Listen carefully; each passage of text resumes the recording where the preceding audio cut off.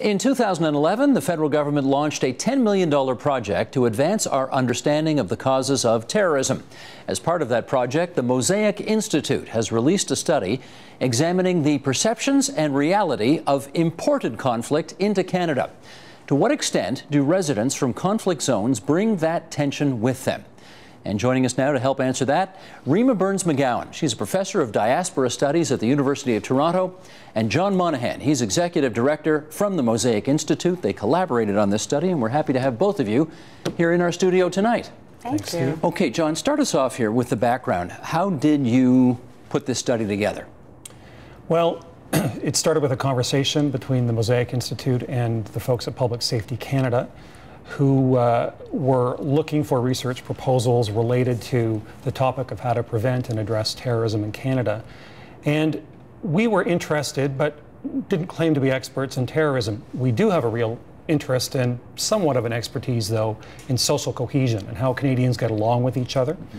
And so the proposal that was ultimately accepted was one that would look at how this phenomenon, if it is one, of imported conflicts affects the cohesion between Canadians, how they attach to each other and attach to Canada. And whom did you talk to, or how did you decide whom to talk to? Well, there's a terrific team at Public Safety Canada that heads up the Kanishka project on behalf of the Government of Canada. Although there are many other agencies and departments involved in the project, they just happen to be the point of contact for organizations like ours. And Rima, what did you find out? Well, the fascinating thing is that most Canadians believe that people who come from conflict import it with them. But the fact is, we do not import violent conflict to Canada. We did extensive one-on-one interviews with 220 people who come from 8 different conflict-afflicted regions, and we talked to people from all sides with all different perspectives, people who are deeply invested in conflict. Every single person to a person repudiated the use of violence in Canada to resolve the conflict back home for 2 reasons, both because it's morally and ethically wrong and because they do not believe that it's going to advance their cause. And this is even people who think that militant resistance to something back home is all right, but here it's not. And that is the single most powerful finding. There was a lot else, however. We found that we don't import conflict, violent conflict, but we do import trauma.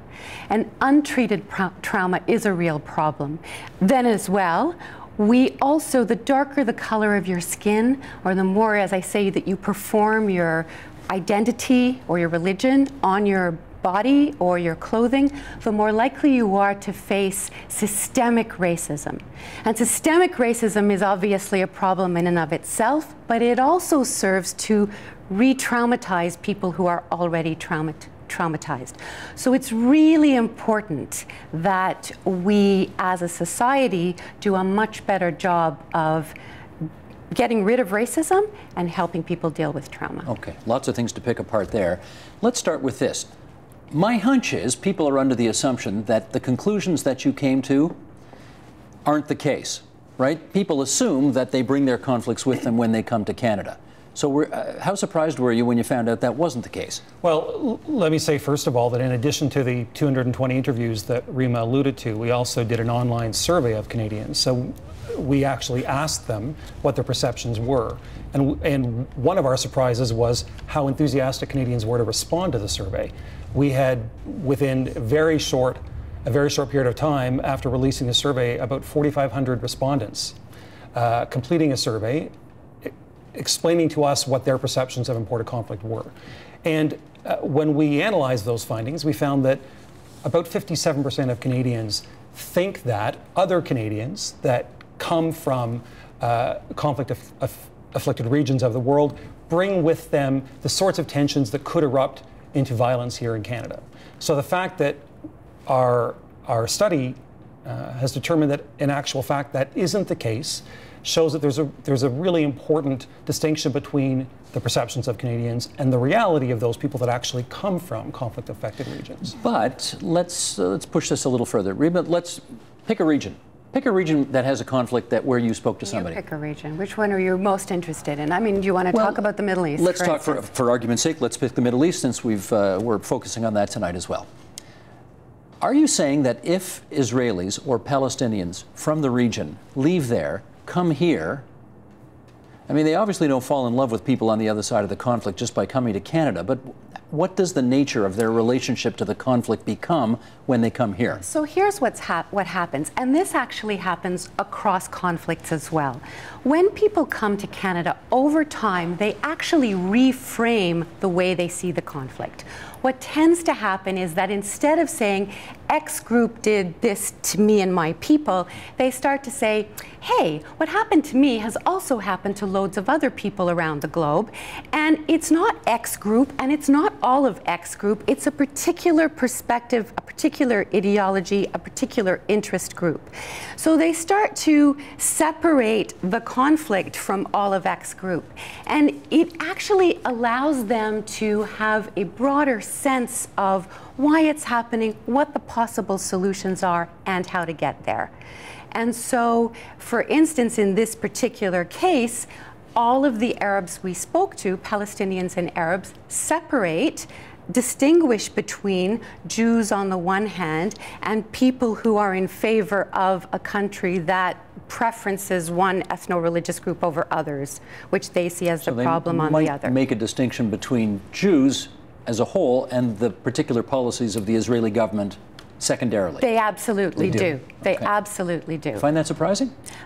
Well, I didn't find it surprising because I had a lot of conversations with Arabs before, but what I found interesting was how strongly people feel about this, how important it is, and how it's Palestinians and it's Arabs from other countries, and it's regardless of how strongly they feel about the conflict itself.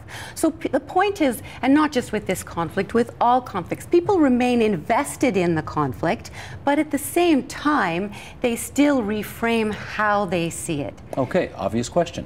Do we know why? Well, we have some inkling as to why. We do some things very well in Canada. We don't always do a very good job at congratulating ourselves, but we should do a better job of that, because multiculturalism as a policy that we've now had in place for more than 30, 35 years seems to work to at least a certain extent. It's certainly imperfect in implementation, but the fact that in our Charter of Rights and Freedoms, Section 27, we enshrine the notion that our rights and freedoms should be interpreted in a way to support the multicultural heritage of Canadians. That's pretty amazing and pretty distinctive. Canada, really, to the best of my knowledge, is the only country that explicitly does that.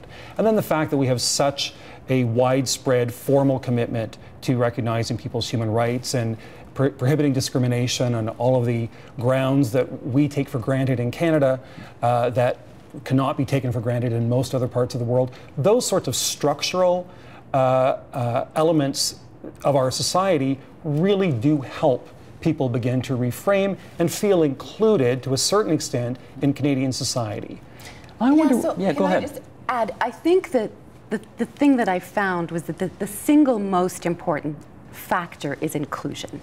So where people really feel that they're in spaces where they belong with people from other parts of the world, and they see that there are different ways of resolving issues, that you actually can get along with people who are different from you, that more than tolerance, you go beyond tolerance to respecting someone who's different from you, and you can find a way to figure stuff out. That is really profound. And I think so in spite of that racism stuff I was talking about before, this inclusion is working at the same time, and where it works well, people are going, wow, this is really transformative.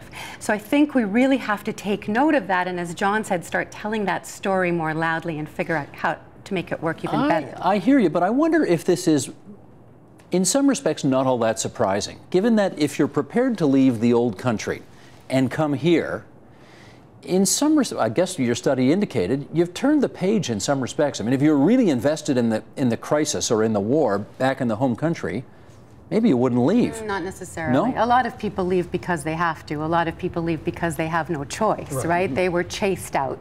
And that's, I mean, this is where the trauma piece comes in. Okay. You know, a lot of people leave because terrible, terrible, terrible things happen to them and to their families. So they don't necessarily come having said, forget about it, I don't care. And I think one of the things that's really important to understand, and it's why this study is so robust, is we didn't only talk to the folks who don't care anymore. We talked to the folks who care a great deal. And even them. And even them. We talk to the folks who are deeply invested. We talk to folks who spend many of their waking hours working in one way or another to advance their cause, and they still feel that way. Well, let me give another example, John. Okay, we've done enough programs here, and I've done documentaries in the past, whatever, on the situation in the Balkans, as it was 20 years ago.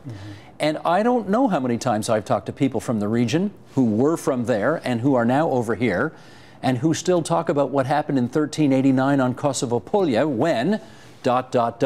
one side did something to the other side.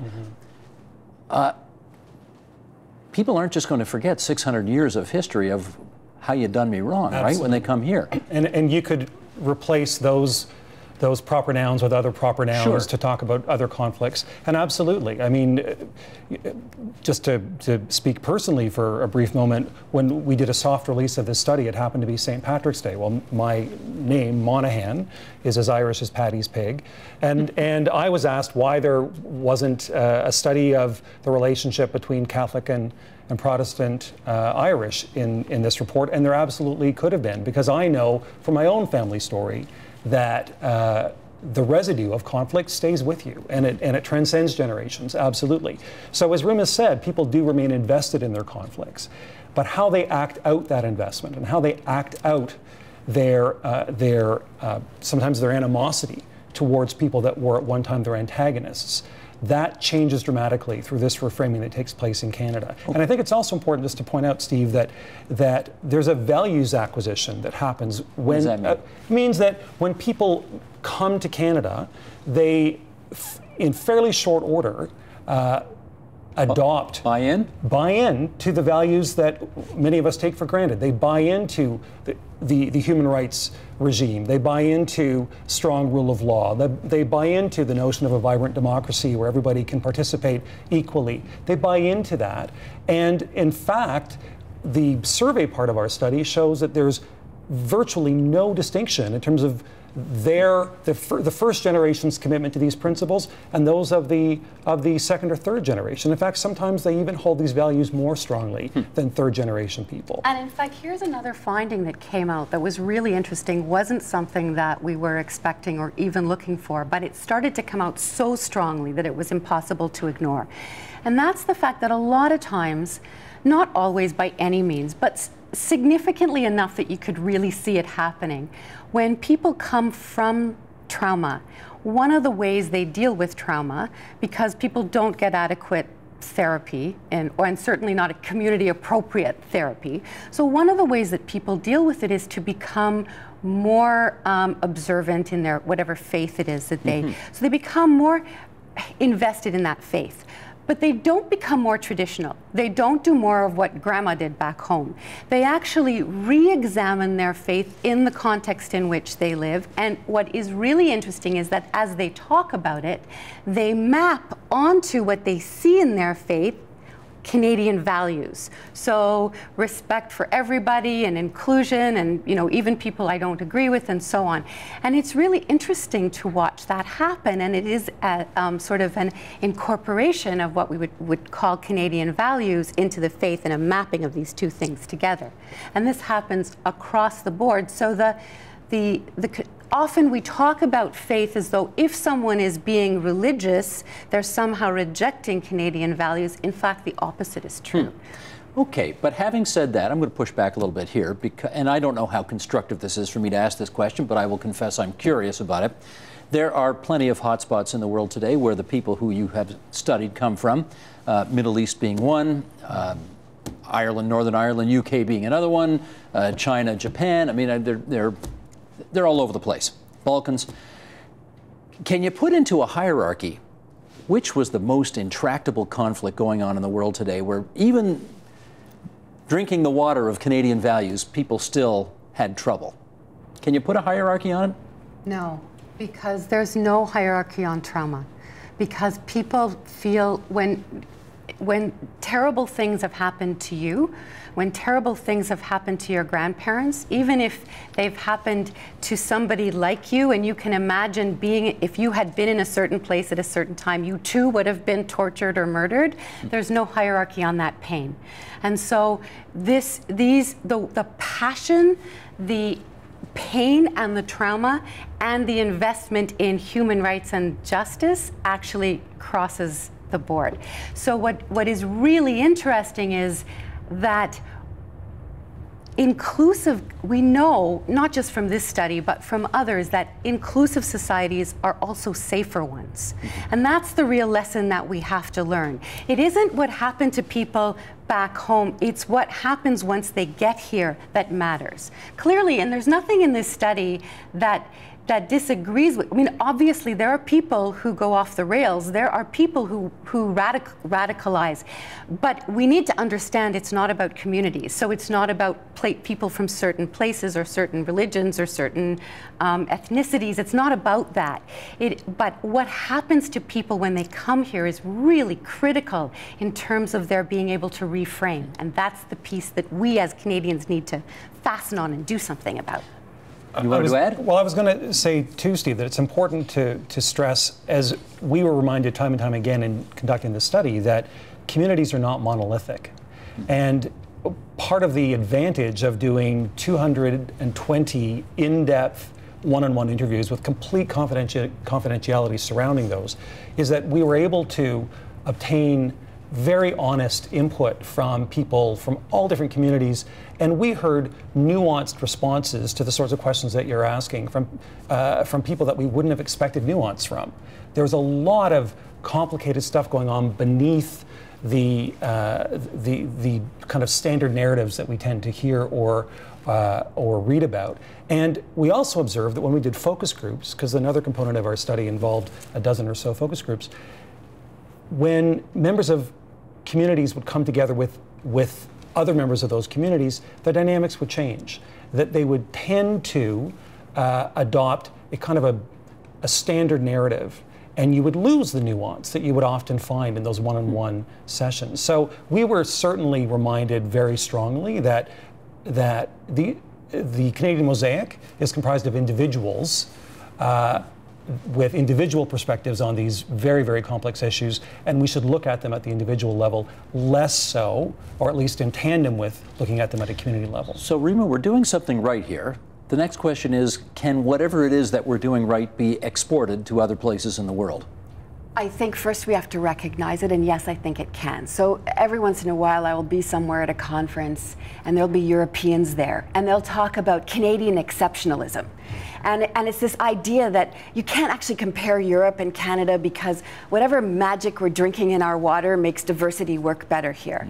And I think it's really important to recognize that this inclusion, the fact that you can be whoever you are and be Canadian, that being Canadian means being however you're comfortable and being Canadian. You don't have to reject what you were. You don't have to reject what you were. That is the magic in the water. And we have to understand that inclusion and belonging are our greatest secret weapons. And yes, you can import that overseas, but other people have to understand that a rigid sense of identity is actually problematic, and a more fluid sense of nobody has a monopoly on what it means to be fill in the blank is really powerful. All these years of beating our heads against the wall because we don't have that clearly identified identity that so many other cultures in the world have, ends up being a wonderful thing. Oh, it's the power. That mutability of our Canadian identity is a powerful, powerful thing.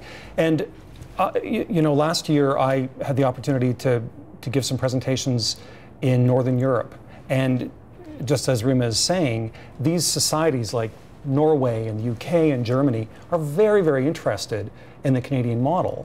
But the notion that pluralism, as we believe in it and practice it, can be a companion to peace rather than be a challenge to it, is still hugely troublesome for many of the people that I spoke with. They don't understand how these two can work in tandem rather than being in conflict with each other. And I think that's something that sets us apart. But I also think that in order for Canada and Canadians to have credibility in terms of exporting our experience, we need to do an even better job at having the difficult conversations in Canada between folks from different sides of historical conflicts. What does that mean, having difficult conversations? Well, I think that, one of the Canadian values that perhaps people adopt too soon when they come to Canada is this tendency to be awfully nice and polite. So polite that sometimes we avoid having difficult conversations with our fellow Canadians about issues that divide us. So part of the work that the Mosaic Institute does and that other organizations do is to try to move Canadians from polite silence into respectful dialogue. Okay. So that there is... we do polite silence very well, you got to admit. Very well. Very well. Very well. But we're trying to devise ways, and I think we've succeeded to a certain extent, to create safe spaces for Canadians to talk about what your forebear did to my forebear, what happened 600 years ago. Can this, I've got less than a minute here, can this help us understand terrorism better or deal with terrorism or affect terrorism? If you're going to understand what it is, you have to understand what it's not. And it doesn't help us to stigmatize and discriminate against and push away any group of people. So yes, once you figure out what's not going on, then you can start to understand what is. And I also think, Steve, that it's important to remember that public security, the safety of Canada, demands a holistic response. So when we think about making Canada safer, we need to think about economic inclusion. We need to think about educational opportunities for everybody. We need to think about... getting rid of the systemic racism that I was talking about, exactly. Because that stuff's dangerous. It is dangerous, and there are public safety implications to those sorts of elements of Canadian society. So we should not think of public safety just in terms of thickening the border or thickening the walls of the jail. It's far more, it's far broader than that. Gotcha. And we thank both of you for coming in and sharing your views on it. From the Mosaic Institute, Rima Burns-McGowan, also the Professor of Diaspora Studies at the U of T, and John Monahan, the Executive Director of the Mosaic Institute. Thanks much to both of you. Thank you so much. Support Ontario's public television. Donate at tvo.org.